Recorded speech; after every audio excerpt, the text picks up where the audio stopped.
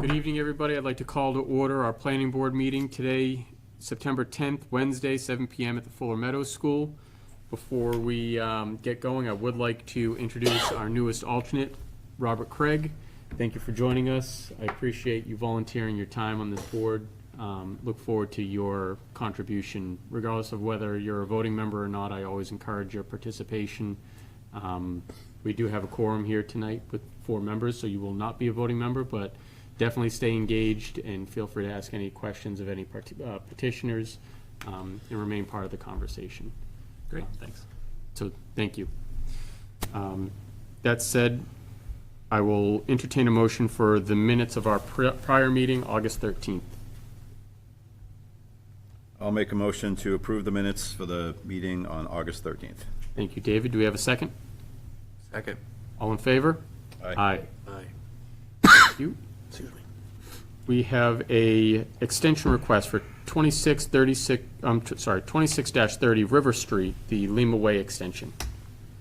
Jill Mann here on behalf of the Limas, who are the owners of that particular subdivision that's located off of River Street. You remember, it's the only people I think that were on the, well, it was Jason, Dave, and Anthony were all on the board at the time. This was done years ago. And what we had done was we had developed an industrial property, and in order to do so, we needed to put in a roadway because it accessed over residential. You can't access industrial over residential property by a driveway. It has to be by a public street. So we did complete the street. There were some issues with the stormwater. We went back, we corrected them, and we did submit it as-built demonstrating that all stormwater management facilities are compliant. I think that at that point, though, I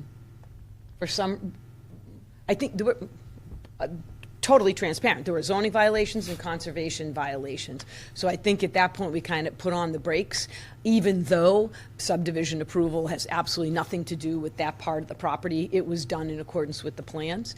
Notwithstanding that, there is some hesitation to issue permits or approvals when you have an ongoing violation in the town. It's one thing if you're seeking to correct and you have remediation means in place, which we are doing tonight with the Conservation Commission.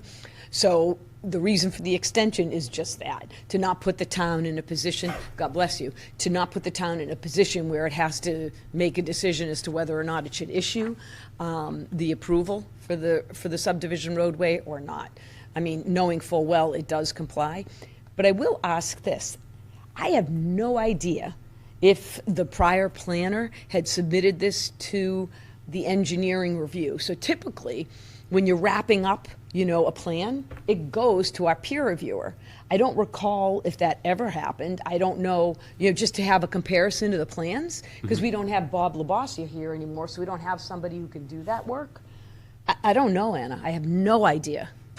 I was looking into that, and I found the as-built, but I didn't find any sort of certification or project. Yeah, project So I can certification. provide a full certification from a PE. I mean, I will do that. I was told by Jim DeCoulis that he had done that, but probably didn't, and I can get that done, and I'll even get it over to you in the next 2 weeks.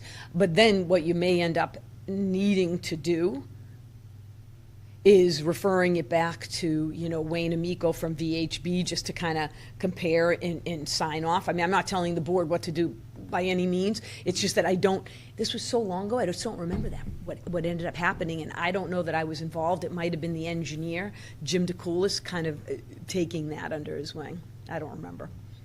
So I did have a clarification that I just wanted to ask, and it please. sounds like you might have answered it, but I want to be sure.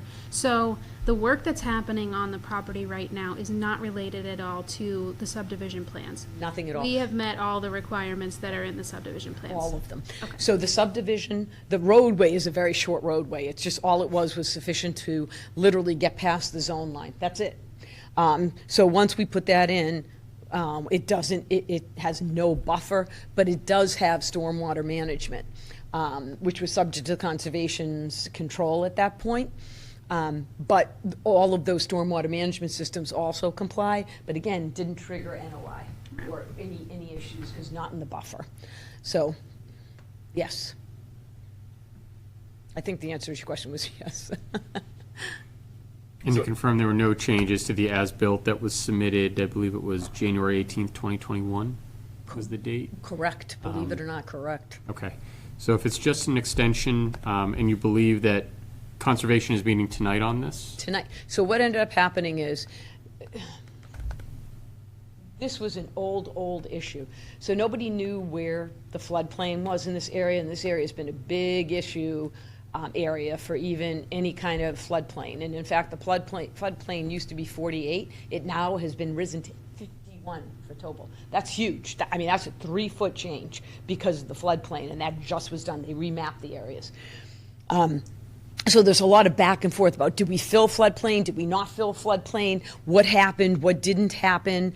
And so there was a lot of going back and forth with the engineer and the Conservation Commission. And tonight, I ended up hiring, for the benefit of the Limas, this woman whose name's Maureen Harrell. She works for Norse Engineering. She's a wetland scientist.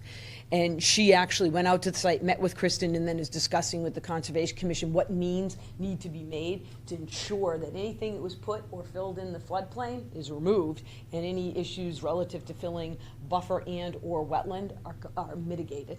Okay. So since all the components of the subdivision have been met, if the board is interested, we're looking at 3 items here essentially on one agenda item. So we're looking to extend the completion date to, from September 30th, 2025 to September 30th, 2026. Again, you can put conditions on these, so it could be conditioned upon delivery of a timeline, an expected timeline of this is when we expect, because if it's just conservation, they're meeting tonight, I think a year is probably a little bit far out.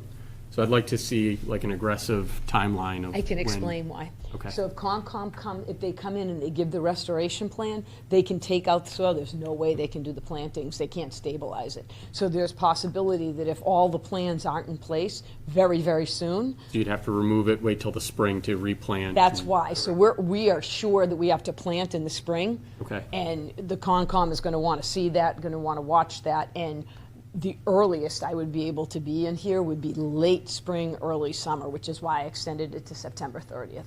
Okay. As I said, though, we do meet the requirement. That as-built plan really does show the roadway completed in full conformance to the approved plan. Okay. Thank you for that. I Most appreciate certainly. that. It's So a good question. we're looking for an extension of the completion date from September 30th, 25 to September 30th of next year, to address any of those deficiencies that come up through the conservation meeting. As such, it would be understood and agreed that the lots shown on the definitive plan will be subject to the covenant that's existing until such time that the majority of the board votes to release the lots from the covenant. And also that covenant is extended and will be binding upon the executives, administrators, devicees, heirs, successors, and assigns of the applicants. It's of record, and until you release it, it binds. So it does extend. There's no limit to that covenant until I present enough information to you for you to release it. Perfect. That said, I will entertain a motion if anyone is willing to make one.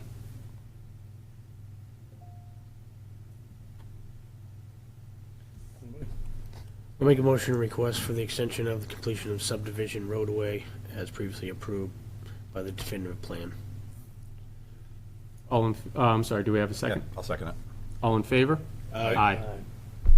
So I just need you. Anna, did you give me? Yes, there's a copy online, but I do have a paper copy also. I have two of them. So I figured he could sign two and I'll give you one. I can't flip the page because I'm just not good enough.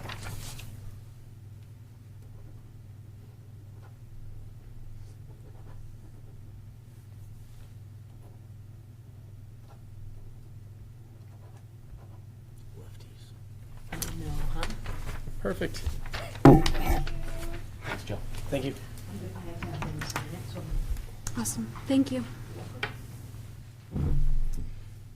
Next, we have a ZBA recommendation for 50 Log Bridge Road. It's actually two separate recommendations, the first being for the change of use, and the second being for a site permit and site plan approval for outdoor storage areas.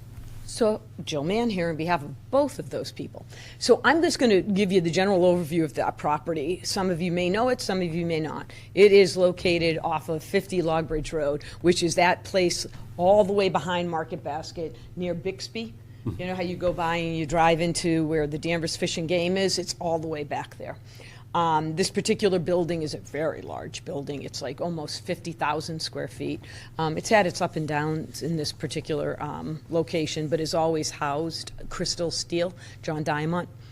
So John Diamond had actually retired, and he stopped, operating Crystal out of that location, and actually rented it to a gypsum board manufacturer and producer. They don't manufacture there, though. I think they just distribute. So that's in Unit 1.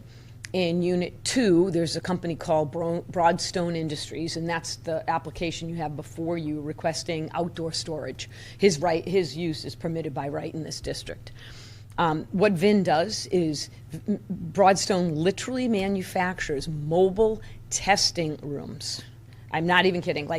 So you know, you have dry eye, Visine, and stuff like that. He manufactures these controlled testing rooms that are put in trailers that they use to test those drugs because it's a controlled environment, and that's how they do it. So he manufactures for them, and I assume other people as well. So he needs outdoor storage because they're mobile rooms. So it's like huge, like 20 by 40 foot trailers where he has to put in, walls and install like the HVAC system and stuff like that. Mm-hmm. So he actually needs outdoor space. He has been operating there, I will tell you, for 9 years. And he's always had outdoor storage. Part of the reason is John Diamond had outdoor storage for his facility, and he thought, and everybody thought he was allowed to do it. But he isn't, because John never got a permit for outdoor storage, nor did Vin. So because I don't have a permit in hand for that, obviously Vin's only been there for 9 years. I don't meet the statutory requirements for Section 7 permit. So it is not a legal use. I'm here to make it legal. So that's the outdoor storage. So the reason why you'll see that I have outdoor storage in front and in back, in front because he only has overhead doors in front of his unit. There aren't overhead doors behind. I mean, this is a truly industrial building, so all he has is those front doors. And the back one belongs to Carp, who is the company that has that gypsum company to the left if you're looking at the plan, and that is Unit 1. So he needs to be able to put the trailers in front because that's how he can get in and out when he does work on them. So that's why we have a storage area in front. We have a storage area in back because he has a lot of materials and at times has a lot of rooms going at once. So that's what the back storage area is for. So that's one of the permits. The other permit at the end is called Northeast Pressure Wash. Everybody would have thought that I thought this was permitted in the industrial zone. It's not. So what is his use? He actually fixes and repairs pressure washers. I don't think he manufactures them. I think he buys them and then sells them to people. But it's a complete wholesale delivery process. It's all industrial. So if you have a problem with your power washer and you're a big company, you call him, he comes out, gets it, brings it back and repairs it. Believe it or not, that's considered a general service establishment because there's no other category to actually define it. And when I did look it up in the industry, you look it up in the industry classifieds, classified industry for all different uses, it actually says it's a general service establishment as well. So that is only permitted in the industrial zone subject to the issuance of a special permit. So before he can really transact business out of that unit, he's brand new to the property. Before he can really transact, he needs to get a special permit. Just so you know, before that, Preston, a man who has grown up here, Preston Walker, actually had a business in that end unit. He basically repaired motor vehicles, and he had a special permit for it, which is why everybody thought that this use would have been okay, but it's not. Repairs don't extend to personal goods like that. So those are both of the permits all at once. As I said, Unit 3, there's no public access. He doesn't really even need parking spaces other than for his employees, which he has 2, because no public comes. He doesn't need that type of space. And he doesn't need outdoor storage because he would never leave something like that outside. Everything's done interior. And that's really it for both of those particular applications that are going before the zoning board in a couple of weeks. For the outdoor storage areas, is there going to be fencing, and what type of fencing? Sure. will So you use? in front, the storage area is going to contain a 20 by 40 foot, I don't know where it's going to fit, it's got to have to fit somewhere, storage unit or something smaller, but the completely contained trailer, so that won't be behind a fence. But he will have a small section fenced that actually will have miscellaneous metals, because he'll use that in the process of making and improving these storage trailers or these testing labs, mobile testing labs. Because right now, he stores it wherever he wants, and he can't do that. So it's going to go behind. In the front, it would be a stockade, protective fence, you can't see it from the public way. In back, it'll probably just be chain link, there's no one to look at it. Okay. And there's enough room for vehicle access in the front where that proposed storage yard is? Yes, all the way to it's 30 Unit feet, 3? it'll be 30 feet set back. So where you see the storage yard, those are the proposed, locations that 30 feet from the front. It gives enough room for the fire department access as well behind. So what you see behind is where the storage area is. We just have it pushed back off of where the septic system is, but there's plenty of room to drive around, and that septic system can handle heavy traffic load. It's got that special HDP pipe. Gotcha. Okay. Anna, have we received any comment or feedback from various town departments or any of the abutters to 50 Log Bridge? The town departments reviewed, and there were no major concerns. There is one ongoing, they're working out fire access. And so that's something that I think everyone's actively aware I of. apologize. Yeah, that's okay. Yeah, so that's that fire connection. Yeah. So if you look at the plan, here's the edge of the storage area. Literally between the overhead door and the edge of the storage area is a fire connection. So a fire connection, you plug in the hose. The fire connection has to have, I know it sounds crazy, a circumference of 3 feet. So they don't mean they mean literally, you mark the edge with a 300-foot circle all around. So you draw 300-foot circles around the entire connection. Obviously not in the building. So, and it has to be visible from the street. So we're working with Chief Lacoste and Lieutenant Kessel to figure out exactly where they want it. Because where we move the trailer right now, it actually meets the requirements, but they feel as though it's really too tight and they want a little bit more room. And I said, look, all you have to do is tell me where you want it and we'll do it. But right now, they do meet it. But I will tell you that before they didn't, I had to have them move the trailer. Okay.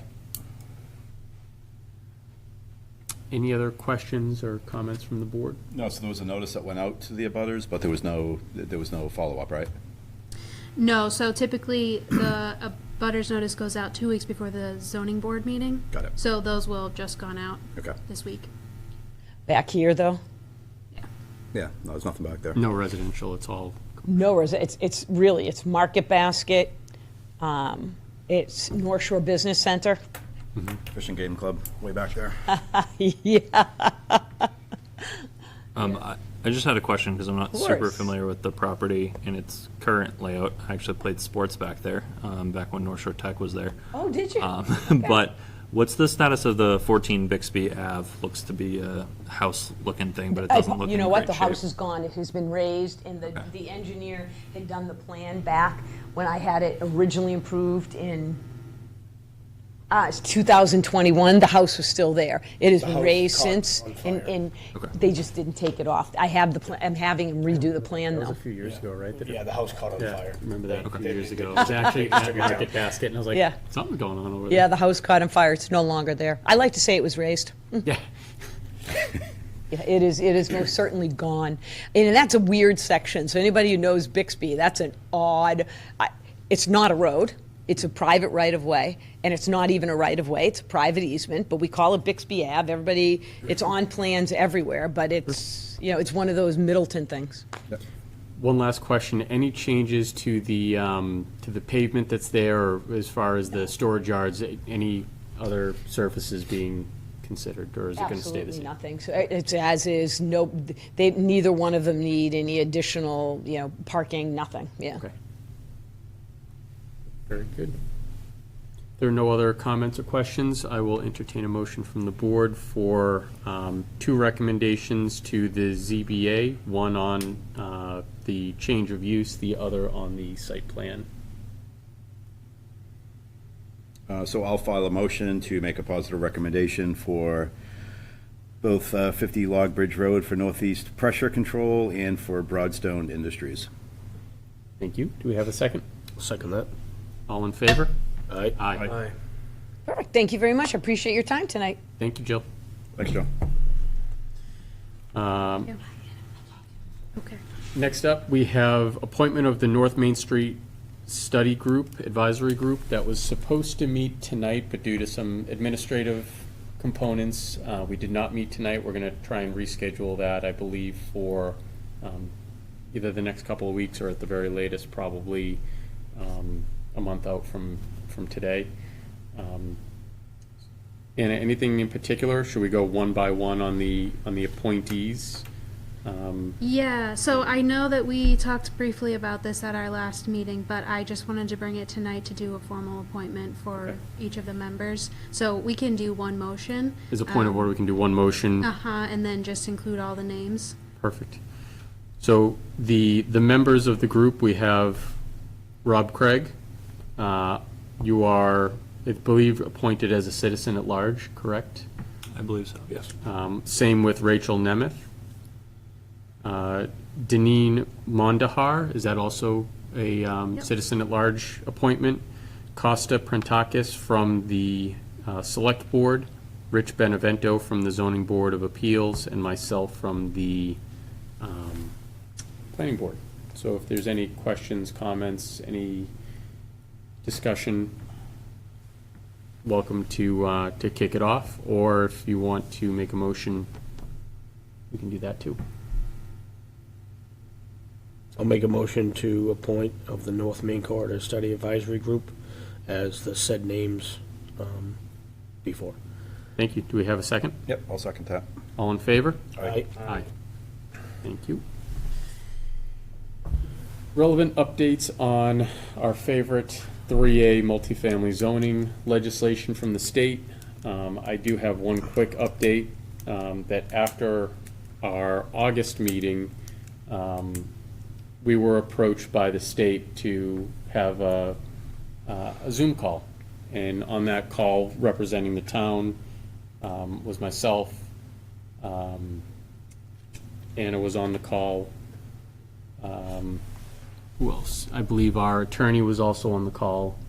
Justin Salzbeck was on the call, our town administrator. We had, who am I missing? Brian Cresta. Yeah, our Select Board and Select Zoning Board rep. representative. From the state side, they had members from the Attorney General's office. They had members of the Executive Office of Housing and Livable Communities. Also on the call, there were state reps. So Sally Kearns was on the call. Bruce Tarr was on the call. And I'll let you correct me if I'm wrong, but I believe the kind of the gist of it from the EOHLC and the state side was to check on our plans for compliance and our map and our road to compliance. And essentially, our response and our feedback was that we do not currently have a road or a map to compliance as the law currently sits. And we expressed, again, our feeling that Middleton is probably not mapped correctly and that the 750 unit, 50 acre requirements were something that was not palatable for the town as a whole. And that, should we try to bring that back as it currently exists, it would be political suicide essentially for anyone who wishes to try and bring that forward to the town meeting again. We also talked about, the differences with town meeting versus some other communities that don't have town meeting, that the soonest we could bring this back is 2 years from the point of a failed vote. So we've asked them, as well as our representatives from the legislature, to re-examine this and see if there's kind of a middle ground that we can come to, whether it's less units, less density. I think we kind of made our point clear that as it stands, there is no plan for Middleton to comply. I don't know if we've received any feedback, Anna, since then, but Not that I know of. not that you know of. So I know that Bradley Jones, again, was another representative, was on the call. So I don't know whether they are working with the EOHLC and other divisions from the state level to see if they're willing to budge on the unit count and the density. I also know that there's several bills that are in the House to try and, not necessarily weaken the law, but to try and make it more palatable for communities. So chances are it's going to drag on for years. Until then, we're still non-compliant, not eligible for specific grants and funding. That's all I really had on that.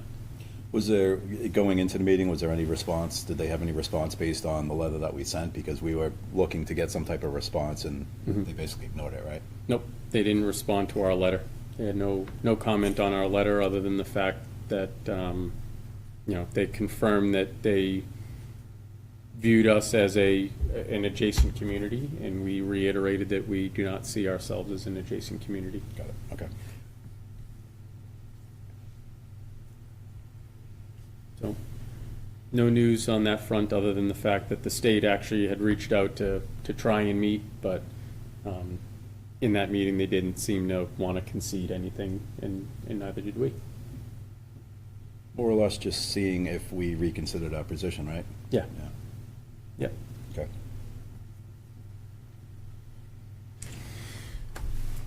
That's all I had. Any other items not reasonably anticipated more than 48 hours in advance of the meeting? Not for me. Very good. That said, I'll make a motion to adjourn.